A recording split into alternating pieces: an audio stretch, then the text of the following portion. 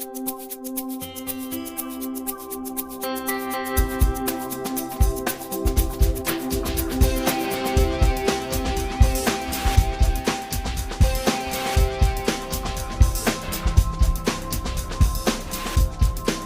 folks, I'm Skip Ruddertail, your Otter editor, and this is episode 22B of the Bad Dog Book Club. Our story this week is Nightlife by Moparskunk.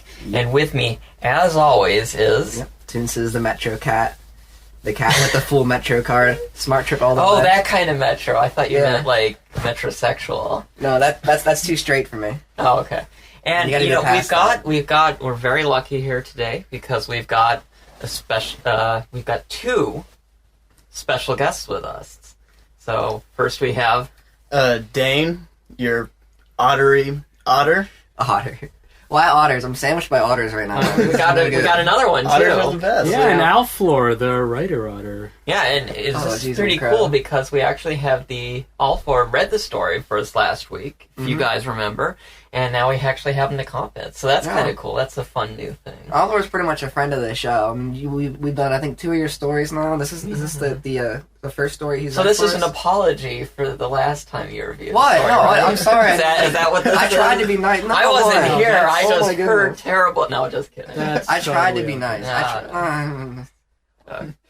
So yeah, this is this is the first time we've had two guests, I think, before. So this is a little bit of a new dynamic, but it should be fun. In one show. Yeah. So you know what? Yeah, let's take it off. So you picked this story, right? Yeah. Yeah. I think it shows my bias toward two things. Skunks, because I just like Moparskunk. I want to support another skunk writer. Why not? There should be more of them. And I kind of like the country guy going to the big city aspect because it sort of mimics my personal experience in a way, growing up in a very small area and moving to Washington D.C. So I guess just in that respect, I can kind of appreciate it. But aside from that, I also liked, for reasons not like I usually do, kind of the expressions of masculinity that were in it. Because I mean, I don't know if you guys feel this way, but there's like kind of different ways you can express the masculinity. So you can like set up a guy who's like very classically, like maybe just kind of aggressive or self-assertive, just in control of himself, but maybe kind of reserved and humble. Or he can, write a biker or the star quarterback, just some kind of like token masculine figure. And I don't know. Do you think one of those is maybe more attractive than the other? I think this story is definitely a representation of the latter. Because it's just like all these big buff dudes that are like riding in on their what was it like, have like a Chevrolet or something like that? No, I mean, he had like a classic 60s muscle car. Like a classic muscle car, and he's smoking his cigars, and they're drinking their expensive. Like, I mean, it's very clear what they're going for here, and that's kind of a turnoff usually. But I kind of liked it in this story because it's almost taken to a ridiculous sort of degree. But I can see how that might turn people off. I don't know. What were you guys thinking? Yeah, I saw it as a bit much. I mean, personally, because it's just like it's not my thing as far as like sexual preference. So, but I mean, I'm thinking that if it is, then it would be good because it's like it's even more so than a lot of the other stories would do with it. So, yeah, I think it's not just hyper masculinized, but it's almost patriarchal or hyper patriarchal. Yeah, it really if I is. can make that distinction, that so much of it is about the trappings of male authority and power, in terms of the appearance and wealth, particularly, and signifiers of wealth. Even if, and this is something that kind of intrigued me about the story, even if they're kind of, I think maybe they're using signifiers of wealth that is beyond their means normally.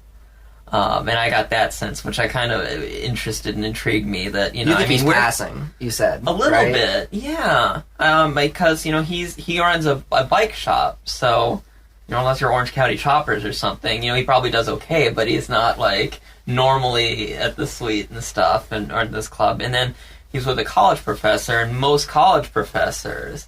So this guy does drive a Land Rover, but it could be an old one.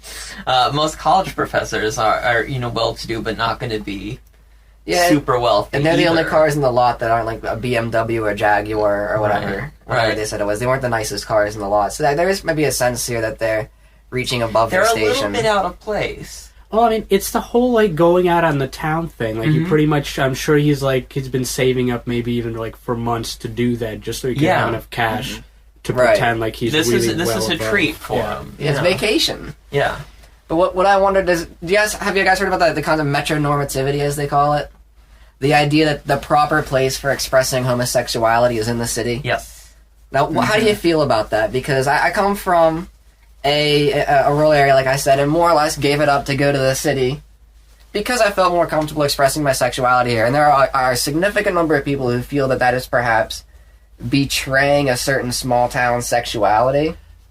I don't know. I think the big city does work better for sexuality simply because there's more people. I mean, people are less likely to pay attention to that sort of thing. And then on top of that, it's just the percentage, like the actual gay population is also higher, so you kind of feel like you're more of a part of it. It's certainly easier to network. Well, I mean, this is exactly what my PhD research was on. Was gays living in small towns and how that's different. Because you're right. The theory, even in academic circles, the theory is you realize you're gay and you head to the city. Really? Yeah. And believe that's what the literature is kind of focused on. And there's been very little of people who go and come back or people who choose to stay in their rural community. So what you're telling me is when I'm at home and I tell people that I'm home on vacation and they tell me, oh yeah, you seem like the type that was going to stay in the city, they're actually committing like a hate slur against me. No. Because they But know, that's you good. belong in the city, queer. That's what they're saying. Yeah, that could be. No, I mean it's I think you're right in the sense that typically there's the potential for a more overt or visible expression of homosexuality in the city because there's an anonymity in urban space. I mean, part of it is, as you said, there are more gay people in the city, but there's also the anonymity of urban spaces. Where in a small town, this, having grown up in one, I know this, having lived in one, is even if you don't know everybody's name, you know everybody in town to a degree, and you can connect You know that yourself, everybody and knows you'll know in the circle of gossip. What you see a lot of times in small towns is the idea of the public secret, where everybody knows that Bob is a bachelor, Right. and they all know what that means, but we don't. There's an agreement to not to talk about it. Or discuss it because Bob plays with that agreement too. He doesn't talk about his sexuality, and that everybody's okay kind of keeping it a little bit of a don't ask, don't tell. Can I ask kind of a personal question? Yeah. When did you guys come out? I came out my first year of college, actually, because in high school, it was sort of like everybody knew me as like the straight guy. I never really denied it. I mean, I came out to myself when I was like probably 12 or 13 because I was on the swim Right. team, so you kind of realize That's it kind of pretty aggressive there. Kind of hard not to. Yeah. I see what you're saying. But like to everyone else, I just didn't see the point because like I had all these friends who I knew for a very long time, and we just kind of had this norm that we'd settled into of like who we were. Mm-hmm. Whereas in college, it was kind of like you reinvented yourself. That's true. So for me, Right. that was a time to come out and just like let everyone know. Yeah, for me personally, I came out to myself just actually last spring. Uh-huh. So I'm still Really? kind of in that coming Wow. out. Still kind of figuring it out. Yeah, Wow. I kind of had an idea like It's all through exciting. high school, but I didn't really want to commit or label myself. But So like, yeah. I just kind of figured this is who I am. Well, that was kind of my experience too, because I'm bi enough that I was attracted to girls, and so I never had that question with myself when I was like 12. Like why aren't I, Never quite, attracted to yeah. girls? And because I was, but I didn't. It wasn't until my bunny started hitting on me like junior and senior year in high school that I was like, well, maybe I'll give this a shot and see what happens. But yeah, so for me it wasn't until, and coming out's a gradual process for one, I feel Yeah. like, you come out to various people at various times in various settings. But, I guess I started, to myself, I like how you Yeah. added that. Would have been like junior, senior year in high school, and then, my folks freshman year in college. during Always college. parent visit weekend. Really? And my sister was like, I love you, Skip, but that was the longest car ride home of my life, because that's all they could talk about the whole time. Wow. And she's like, it's not a big deal. And they're like, but it is. And of course now they're fine. But For me, I can't believe it. I just changed my Facebook status, like Wow. prefer male. That was it. simple? And then I just waited for people to ask me, and those that didn't, wow. it was pretty much it. I wrote a letter to the editor. Yeah, you have the best coming out story. I Oh, think. jeez. Well, I tried to like pull the Band-Aid off in one fell swoop. So I felt kind of as though I was a late bloomer as well, because I didn't quite feel attracted to men until early high school. And that was the last time I had a relationship with a woman and kind of put that thing to rest. And went, yeah, okay, that's over. And once I kind of figured, well, this is what I'm doing. I figured I'm not gonna like get in the closet. So I more or less became like the only openly gay person in my high school class. And told my parents probably, I don't know, probably within like a few months of coming to the realization myself, probably within the year at least. And then at one point, like I said, it was right around the time that Canada legalized gay marriage. And the local newspaper, like the only newspaper that serves like these two counties of Pennsylvania, like Juniata and Milton County. So they ran a front page picture of like two ladies kissing or something, like in celebration in Canada. And this caused a wave of letters to the editor that was just offended, like horrified. Like, well, okay, if you have to report the news, we understand, but like to print the picture, that's obscene. And like just people like trying to like be the most as reasonable as they could be about their blatant homophobia. Yeah. So like I had to write in response, and like in retrospect, I think I still have it in my email somewhere. It just sounds kind of smarmy, but in the process, just essentially said like, hey, I'm gay and I don't care.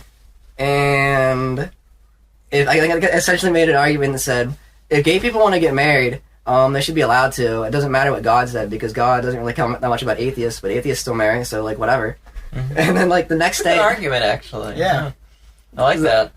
But then the next day at school, essentially everybody knew. So it went from being kind of like an When open you get a letter secret. published in the paper, I guess Yeah, that yeah, happens. So. So I mean, I think that was either my sophomore or junior year of high school. Mm-hmm. I don't quite remember which. Wow.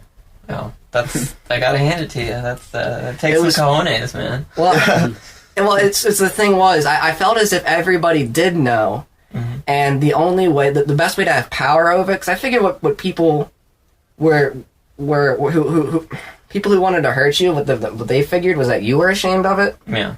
and they wanted to make that evident. Yeah. But if you could make it evident first that you were actually like very clearly proud of it or happy of it, like they wouldn't have any ammunition. They have for the nothing to first. hold over you. Yeah. No, and I really didn't get bugged that much at all through high school. Mm-hmm. I mean, I probably had some good favorable circumstances. I don't want to suggest this as a recipe for other people. I'm just saying this worked well for me in Amish country. Yep. No, I think the best is when I told my sister, she was like, well, duh. So, yeah. When I But it's- told, Oh, I'm sorry. yeah, when I told my sister, this was over Thanksgiving break. Oh, wow. Yeah, it was This one is of so, those- like, real and Yeah, good thing. 'cause she lives up here in DC, and Uh-huh. like I'm like 5 hours south, and I don't get to see her that often. So like I just got to tell her. And just one night I was like, I gotta talk to you, and then I just said I'm gay, and she's like, I don't care.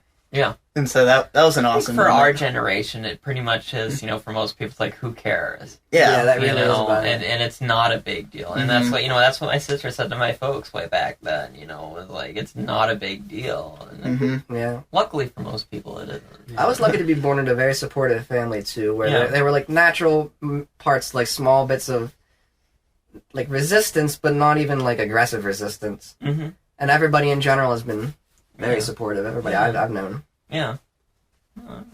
It's good Pretty much times. the same, but But it was still nice to get to the city. yeah. Yeah. That was yeah. the thing, is I still felt like I had to get out here eventually. So I don't know, maybe there's something to this metronormativity.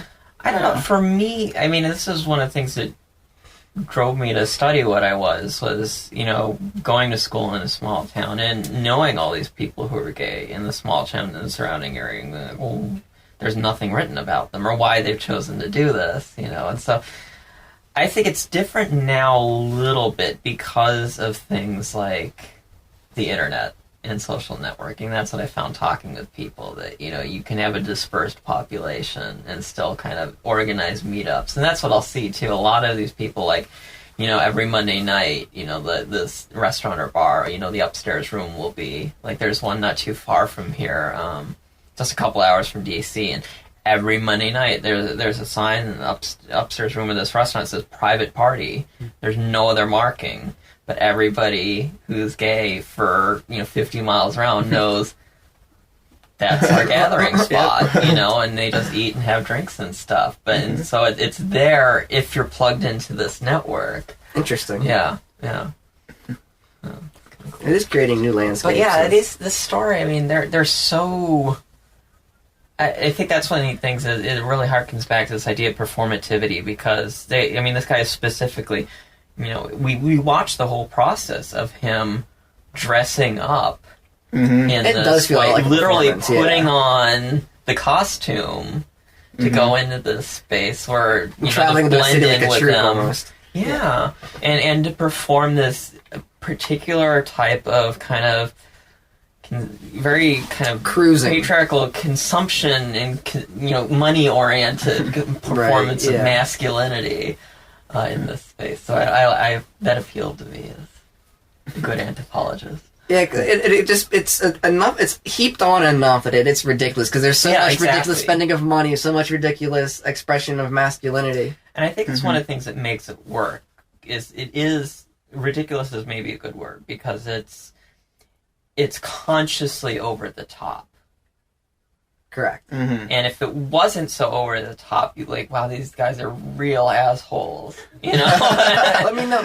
And if you want to say it's like over the top, And like they are, but they're choosing to be assholes in this situation instead Yeah. of just assholes. Indeed, like you don't imagine they're really like this when they're running when that guy's in his classroom. Oh and god, they're I was thinking about that. That's I don't know. That could be a very interesting class.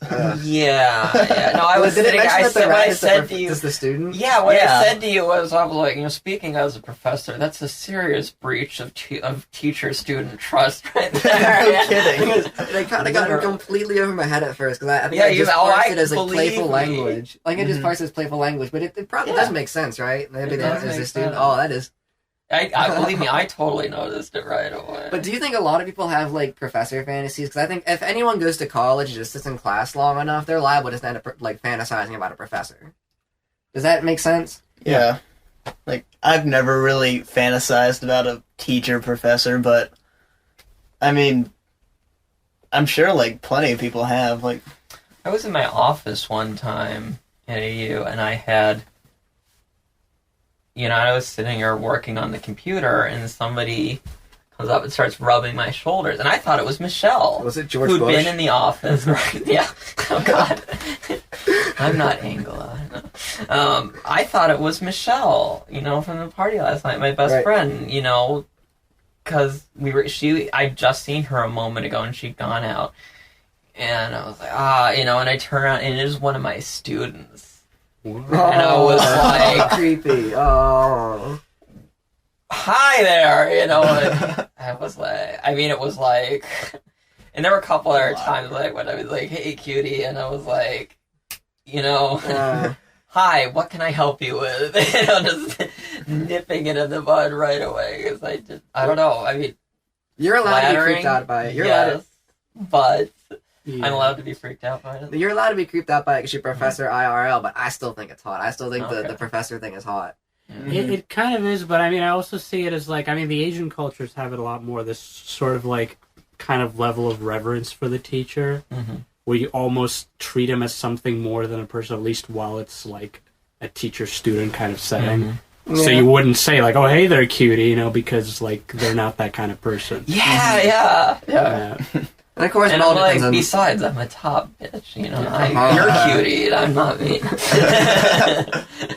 But yeah, well, here's the thing. I'm not going to rule it out. I'm not going to say it's a problem, but I would never, with one of my own students or anybody that I could be teaching. Well, of course, it's just a fantasy, though. Because that's seriously messed up. Like, fine, a student in another department, sure, maybe that could be okay, but not somebody that I'd be grading, because that's just awkward. Well, it's what I call the pizza man especially if they test. turn in like crap, and you have to be like, darn it.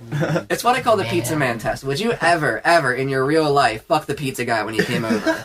No. Absolutely not. Awful. But, in a fantasy, yeah, sure, pizza guy comes over, he saw it, yeah, cool, that works, that's convenient. No, but not in real life. You know what I mean? That's the pizza man test.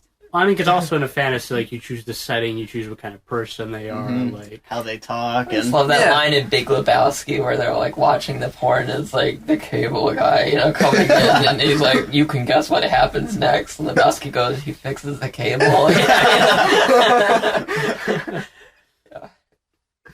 But, no, yeah, so I like it. These guys, I feel, they're playing a fantasy, and I think if you read the story like that, then they're... because my initial reaction to these kinds of guys is like, because I'm kind of with you guys. I don't particularly find this type of guy sexy in and of itself, and so I'm sitting here like, cigar smoking and all this stuff, and I'm like, ugh. But then, as the story goes on, and I really am like, okay, this is Once you get into the mood for, once you get a taste for it. Yeah. This is a part of these guys' personality, but it's also something they're amping up for this event. And then I was like, okay, and riding more with it. Yeah. Once you get adjusted to the water, so to speak, and you get kind of like a taste for what, just like how it's being expressed in the story, it's not as aggressive as it seems on the outside, so to speak. And it can be difficult sometimes just to adjust to writers for the first time. Role mix-up, too.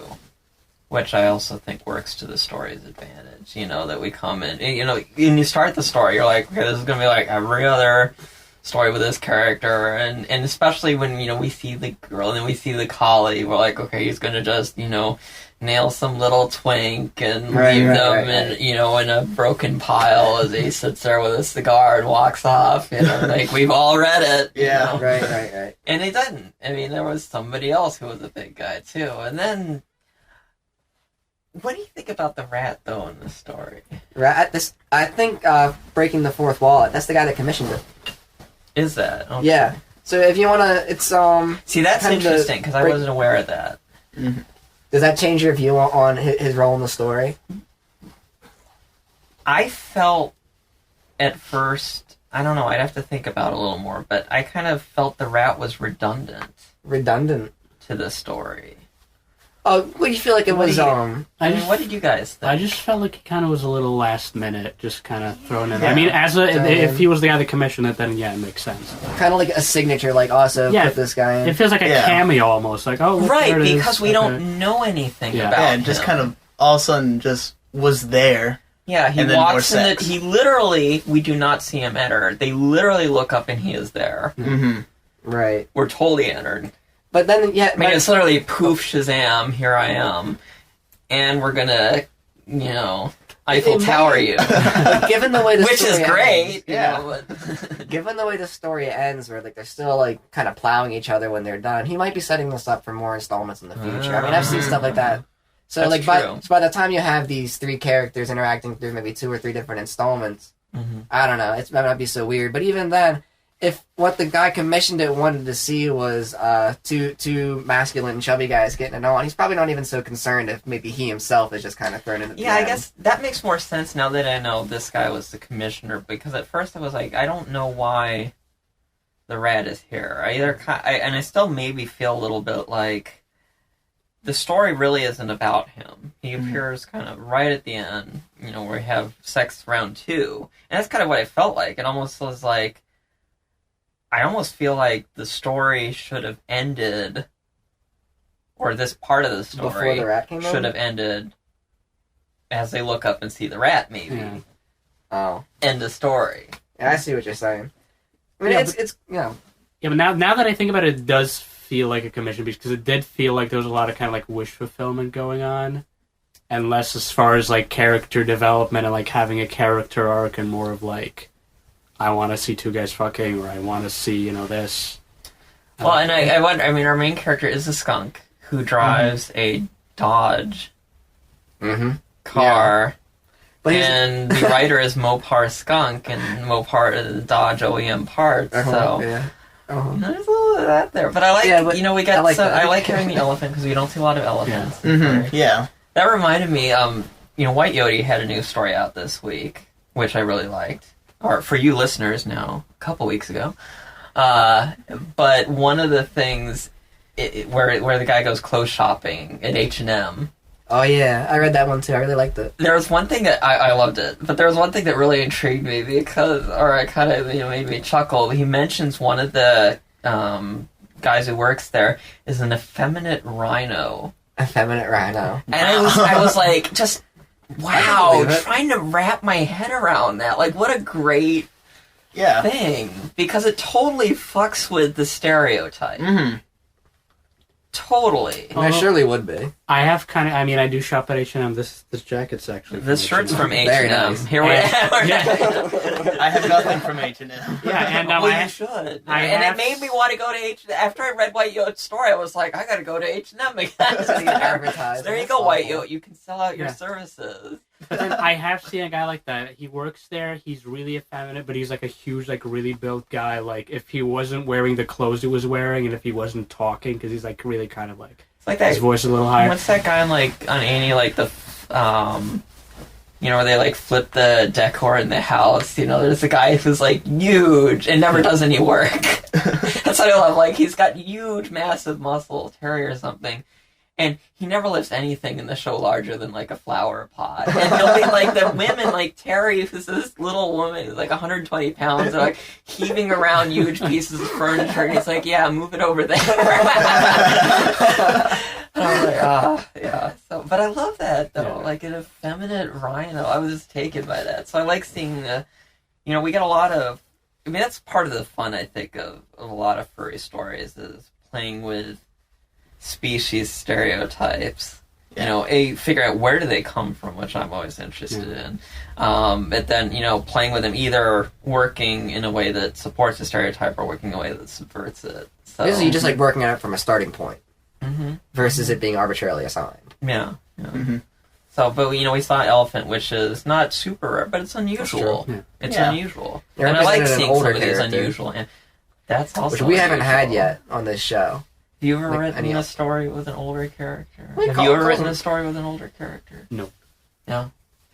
No, Written most one? of mine, like I've written stories with older characters. Mm-hmm. Yeah. most of mine, like the main characters are always younger, like just because that's kind of like my thing. Yeah. Right. And they're like up to like maybe like late 20s, that kind of thing, early 30s.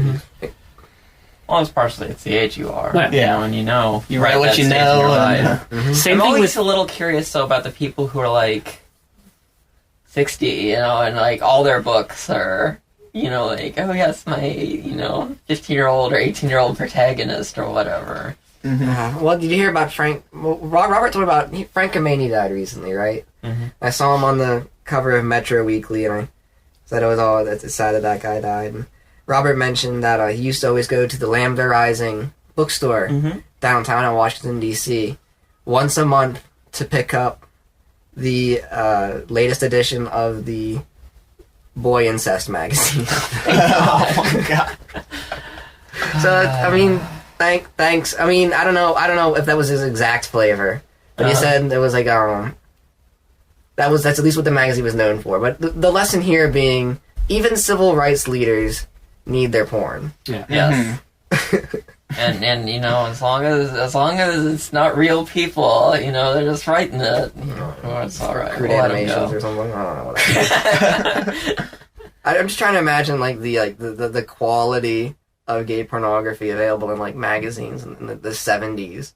Not even like the photographs, but like the comics. I like those Yeah. old like pulp books, that you've seen Home of those. Finland, like those things. No, I mean like not the comics, but the actual like written out stories. But they'd be the Tijuana. Or some of the Tijuana the Bible pulp. kind of stuff. Yeah, The actual factual pulp. yeah. And where they'd always like something terrible would always happen at the end. Because it has to, You know, because it's a they're gay gay, story. yeah. Yeah. It Somebody has to be a warning die. tale. Yeah, yes, exactly. It's like the old movies. Oh, wow. I was interested in what you said that it feels like a commission. Have you done a lot of commissions for people? No, I was considering it, but then I realized that basically the reason people would want commissions is because there's nothing kind of like already out there that like, matches their tastes, and that would mean I'd have to write a lot of weird stuff, and that's It's kind of true. what turned me off. Yeah, it's true. Well, you do some commissions or story, or not commissions. I stopped as much, doing but you commissions. Right, you don't do commissions anymore, but you still write stories for people. Yeah, well, that's what I'd always done. I'd always done like requests and things like that, just because I thought it was fun to work with, like find out what they like. Then I started taking commissions, but I pared it down to like to such a degree where it was almost like just like milking my friends for cash. Mm-hmm. So I kind of soured on the idea of doing commission. Just figure whatever. I'll just write and work for money. Like that was my plan. Yeah. But I generally advise against it. Just I don't think there's enough money in it. I don't know. I feel like it's, and this may be because I'm partial to the written word, but I feel like it must be harder to write a commission than to draw one, and because maybe it's more, I don't know. To me, it feels more personal, I suppose. And that I have to get way more involved in the thought process of creating and immersed in the characters in a way that I wouldn't have to. And maybe because I'm not a good artist, and if I was, I'd say differently.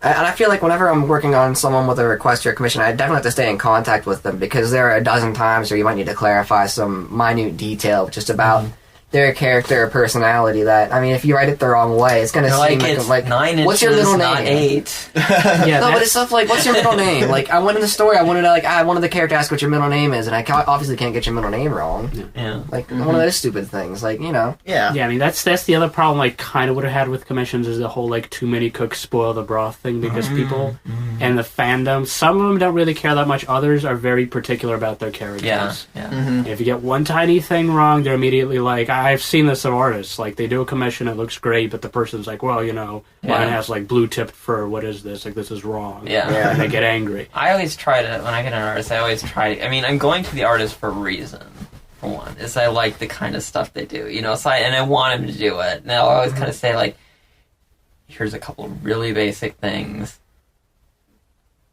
go crazy. Yeah. That's it. Because I want to see... Do you commission stories ever? I haven't commissioned a story ever, no. Has anyone here ever commissioned a story? No. No. Wow, so we have very little, like story economic being on that experience end, in here. yeah.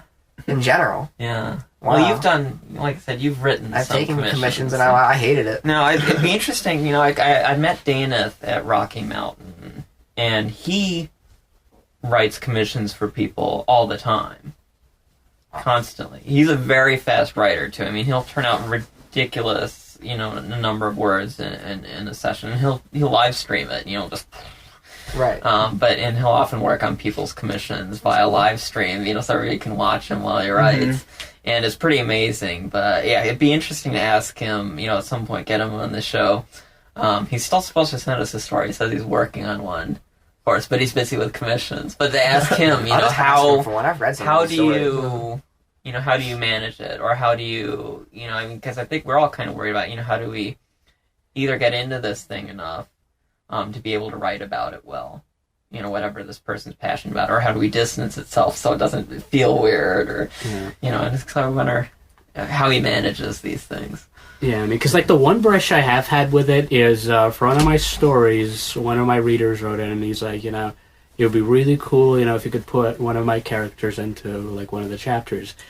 And that was a huge mistake on my part, because when I released the chapter, I got like a 2 or 3 page long email from him, like, why is my character works as a doctor, not as like an electrician, and why does he do this, and why does he wear these kinds of clothes? What a nightmare! And like all the specific things, of course, and it's like I'm like, okay, fine. And, like, I changed his name. I'm like, there, it's not your character anymore, so... Wow, I love it. That's an epic response.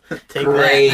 Yeah, I'm like, the name's not different. Like, yeah, he's a Jaguar. I think if in that kind of situation, I think you gotta treat it like as if you won a contest to be, an extra on CSI or something. It's, you do what they tell you to do in that role. You're acting. So your character, fine, in the story, you're an actor. And if it fits the plot better... I'm going to have you do this. Yeah. I like your response, so fine. Change your name. It's no Not longer... you He's anymore. nothing like your character, so all I have to do is change the name, and he's not your character anymore. Yeah. Interesting. That's what I'd say. What did you think of how the sex was written? Oh, it was, Because I gotta say, I tend to skip... you went over the reasons why you like the story, but...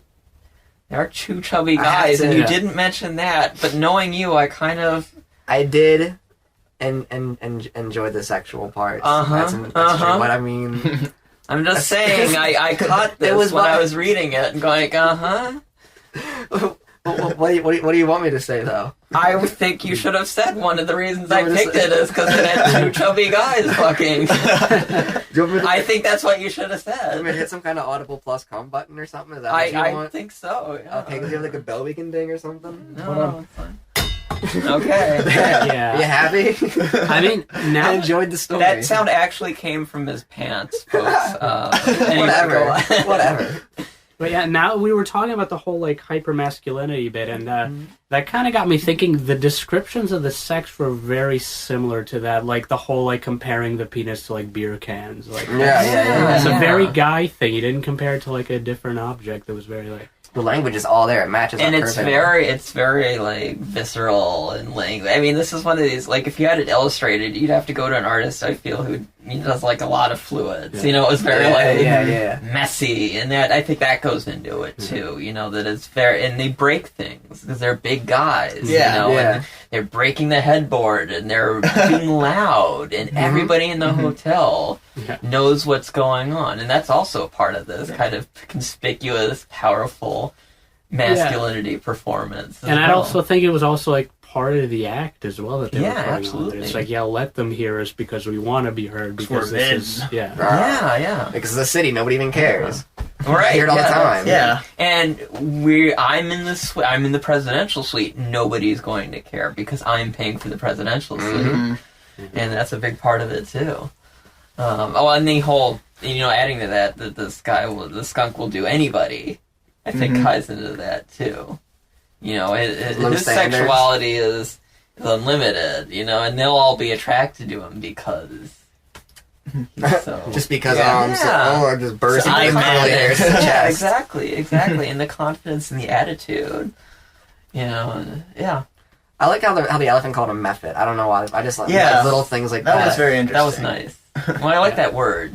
It's a good cool word. I did think pachyderm sounded a bit out because I mean, like when I read, I it's like all about pachyderm. the I thought that- sound, and it was too long a word to be used that frequently. Hmm. Just like when people write about like some really awkward species, like I don't know, like rabbit dog or something, and they call the person like the rabbit dog did this and the rabbit dog did. It's too long. We It talked just about sounds- that in a little bit of our episode that, I said in the last story where I said if they always use the species name, it's like distancing language for me. It's impersonal. And for the last story, that actually really worked out because it was like this random scene in a laundromat, and it was very impersonal. But here, where I feel the characters are getting to know each other, you can't becoming use it very too friendly. much. Mm-hmm. But where pachyderm, I liked pachyderm. Maybe it was a little overused. Well, here's the test. Yeah. Do you remember their names? No, I don't. Nope. No. No, Darn it. Shoot. Okay, so maybe Did they maybe use- minor, kind of- maybe a did they- minor failing. Did they use the names? They might not have, but in this case, they probably should have. I can imagine. Yeah. Maybe a bit more personal that way. Yeah. And I only know the commissioner, and I think I believe the elephant is also another character, and we do know the skunk who that is, but they don't have like firm names attached to them. Right, or we can't remember. They probably Yeah. do, and we just can't remember. remember. And right, I think the fact that none of us can remember it says Yeah. something about the construction of the story, and if that's important. I feel like they would, even though it's a, one night hookup, they talked there for, finished off a bottle of Yeah. scotch there, while they were talking. And this is a development the of rest respect I say, between them. Yeah. There's a And whole I section for think that. that's a very important scene.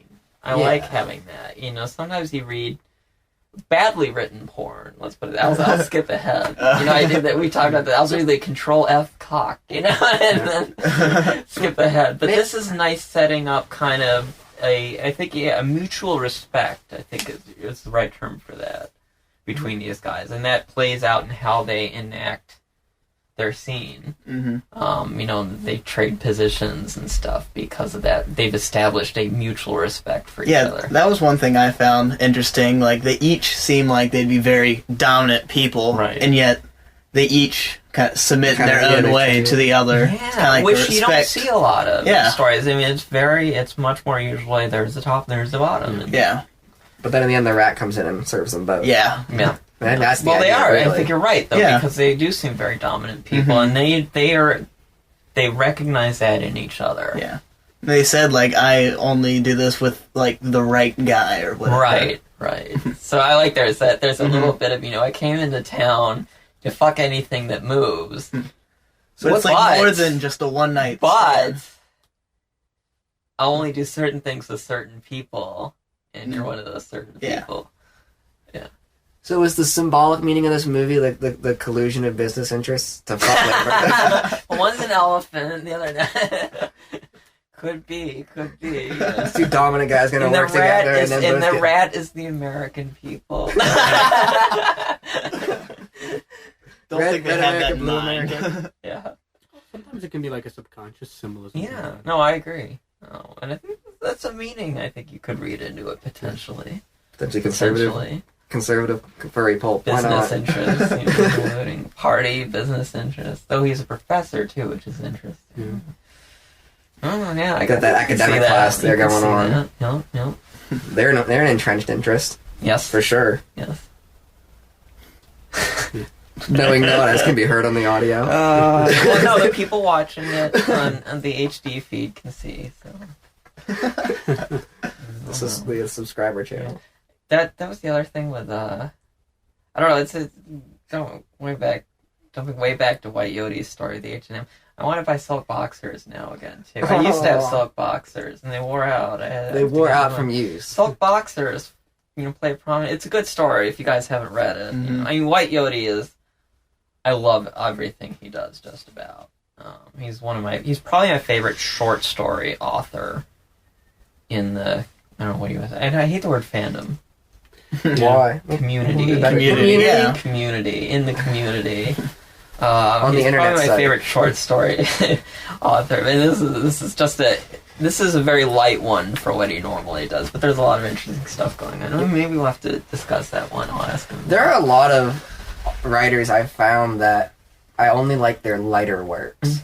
Like Cedric's a big one. Like Cedric writes a lot of stuff where I look at the keywords and it's like, next time, buddy. Thank you. I find that, when you're on SoFree and somebody's like, death, angst, like suicide, and then blowjob, and it's like, the latter seems good, the former not so much, and I'm take it kind of with you like, next do I time, pal. really, and it depends on what I'm sitting down for, but if I am sitting down for the blowjob part, I might like, I want to read this, this seems Let's a little get to the emo. next one. There's Next not enough page. payoff, It's like you have to get through all this angst and stuff to get Or the to worst is they blowjob. do the blowjob first, and then somebody commits suicide or something. You're like, oh, You that's don't have to read the end then. Just that's hot. finish. Just page back when you're done with the blowjob. Jeez and crow. But I mean, On a long enough timeline, every fucking story ends with people dying. Right? Wow. To paraphrase Fight Wow. Club. Yes. yeah. Wow. I mean, like, I do like reading stories. Like, it does have to have conflict in it somehow, because I read this one, I don't remember who the author is. It was like a really, really long novel where there was like a lot of conflict in the beginning, and then for a good like 20 or 30 chapters, nothing happened. Like, they were just going out to parties and having fun and having sex. Robert Jordan's Wheel of Time books was like that. It was like the fourth one or something. It just got and there's like boring. That 700 pages, and you're like, I could sum this up in basically 3. Yeah. Yeah. Oh, that was mine. I was reading Upton Sinclair's what was it? The Metropolis or something like that, I believe it was about the moneyed class in the city, and it was just pages upon pages upon pages of the decor at parties. And I mean, there's like this minor kind of conflict with this guy was trying to figure out, am I going to be able to pursue And you weren't this? into that? You're gay, though. No. No, but it's... No, it was good though. But I found Upton Sinclair hates Oscar Wilde. I found out from reading this book. He hates Oscar Wilde and he hates the gay poets. He actually calls him out explicitly. Wow. That's I took the paragraph and put it on my FA profile. Yeah, I saw that. Yeah. See, we'd have a problem with them because I love Oscar Wilde. Yeah, Oscar Wilde's the best. I mean, really. Yeah. Here's my. So When was the day he was actually like committed to jail. Like it was in May or something like that. Yeah, because we talked about it. On Why don't the we show. celebrate you were this? You wanted to celebrate like Oscar Wilde goes to jail day. St. Wilde's Day. I mean, like he went to jail because Martyred, I mean, we go out and have a party. Yeah. As if like we're like sending Oscar Wilde off with a big party to jail. Yeah. Big fabulous queer party. Because we do need gay holidays. We definitely do. It'd be like the queer Cinco de Mayo. In a way, kind of, sort of. No, because here's the argument I felt I had like when I was very young is people will want to include you if you give them excuses to go out and get drunk a lot. Mm-hmm. So hey guys, come celebrate this queer so holiday. we're all Irish smashed. on St. Patrick's Day. Yeah, We're all Mexican yeah. on St. We're all gay on Oscar Wilde Day. Yeah, I'll let a guy suck my dick. It's an tonight, excuse sure. to get right. Hey, there you go. Let's get drunk, kiss guys. And it'll be an Yeah. excuse to explore for people. I think that's a great idea. Exactly. Yeah. May convert a few people. We should add this. We should don't tell anybody outside this room, but we should add this to the gay agenda at the next meeting. Oscar Wilde. But don't tell anybody. We have to look up the Okay. date first. It's kind of pathetic if we don't know when to do it. I know. It's gotta be like- that'll be your job. Oh, I have to do something now. I just had the idea. It's got to be like something gay, like June 9th or something, so it looks like 69 or something. It's gotta have that name. That's Clever. another good one. That's it. You've come up with the second one. There we go. Yeah, there you go. June 9. Yeah. So anyway, I enjoyed the story. It was fun. glad you guys it was liked it. different. Which Yeah, I It was liked. indulgent. I'm glad you guys indulged me. Yeah. Yeah, it was different. We were talking about that before the show. That the voice is very like the writer's voice is very different from a lot of the other stuff I read. Pretty good, and it's good to get some variety, and it's that older guys, Yeah. and not. And your Sissy voice was good on the Fox reading. Yeah, you did a nice job Oh, with the thank you. reading. When Thank you're you. like, fuck, and I was like, whoa, Yeah. in the car. I had a sore throat, so definitely. It was awesome though. I mean, it was like nice. I was Got it like, just damn. Perfect. Do you guys have anything to say? I think we're gonna wrap it up. Maybe. Yeah. Nope, that's pretty much it. Yeah. Thanks for being on the show, guys. Thanks for It's having a lot of us on. fun. A lot of Yeah. fun For show. being our guest on. Yeah, How are you handling this? Tune says with 3 otters. And, I don't know. I One feel you. pretty sandwiched. yeah. This is not good. Uh-huh. I need to throw some fish somewhere else. We did have sushi for lunch, so there you go. I mean, it was decided. You got chicken. Some otter you are. Yeah, I got chicken. Oh, that's right. You too. did get, that's right. You did get sushi. My mistake. Yeah, we My all mistake. had some There's sushi. sushi with it. Yeah, but the Yeah. ones that came with it were California rolls, which aren't really sushi. I don't consider. Yeah, that's them. not real shrimp. I can't had even eat some, real I shrimp. had some. It's not shrimp. What It's is fake crab. Yeah, Fake crab. crab, I is- can't- I know can't you eat fake can't crab. eat real crab. Yeah, I can't eat real crab. I had to eat fake crab. Yeah, that was Something fake like crab. So we thought I had some Maguro though. I remember now. Yeah, but still, the chicken. Represent. Have you ever seen a real otter do real chicken? I'd like to see him fight it out. Oh, the otter would totally win. Oh, What are definitely. you talking about? Okay, Like otters eat rabbits. Even a if barred they can catch chicken, them. a barred I mean, chicken versus a So muzzled everything otter. eats rabbits. Yeah, that's true. Yeah, a muzzled otter. Yeah. You sick fuck. You kinky Be the boy. cutest little muzzle of all It time. would be really cute. Yeah. No, I would. You know what? You know what's weird though are you guys? What kind of otters are you guys? I'm a river otter. Yeah, me North too. Like American. North American? Mhm. Me too. We're all, Yeah. I figured I'm already in North America. Yeah. I'll go with the North Yeah. Yeah, I American. mean, sea otters. If there are any sea otters out there, no offense to you, but they're a little boring. Well, they're a little more burly, I think. If you wanted to be like a bigger, if you didn't want to be like I'm a a sea lithe otter otter, fan if you now. wanted to be like a burly otter, and you they're go not with a as sea otter. agile. Apparently, like from what I read, like most of them don't even get out of the water. No, ever, so. no, I don't. Yeah, I'm getting my butt. I'm going out to sea. Yeah.